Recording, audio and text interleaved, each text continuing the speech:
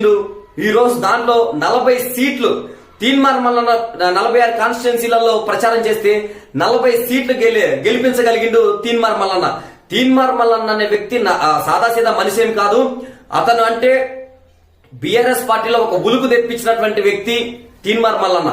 అలాంటి తీన్మార్ మల్లన్నకి ఖచ్చితంగా ఈ రోజు పదవి కట్టబెట్టాల్సిందే. ఏ పదవి ఇస్తారు ఏంటనేది త్వరలోనే అధిష్టానం నిర్ణయించుకొని తీన్మార్ మల్లన్నకి పదవులు ఇవ్వాలి అని చెప్పేసి వాళ్ళ అభిమాన వర్గం కానివ్వండి, తర్వాత అనుచర వర్గం కానివ్వండి, తీన్మార్ మల్లన్న అభిమానించే వాళ్ళు ఎవరైతే ఉన్నారో వాళ్ళందరూ కూడా తీన్మార్ మల్లన్న గురించి మాకు చాలా దెవలాట పడ్డది, మాకు ఎందుకు మా తీన్మార్ మల్లన్నకి ఇంకా లేట్ చేస్తున్నారంట అనే విషయంపై చాలా మంది అభిమానులు చర్చించుకోవడం జరుగుతుంది.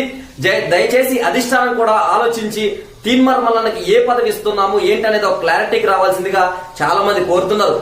తీన్మార్ మల్లన్న బీజేపీ పోయినప్పటికీ చాలా మంది మల్లన్న అట్లా మళ్ళా నమ్ముడు పోయిండు, మల్లన్న ఇటు పోయిండు అటు పోయిండు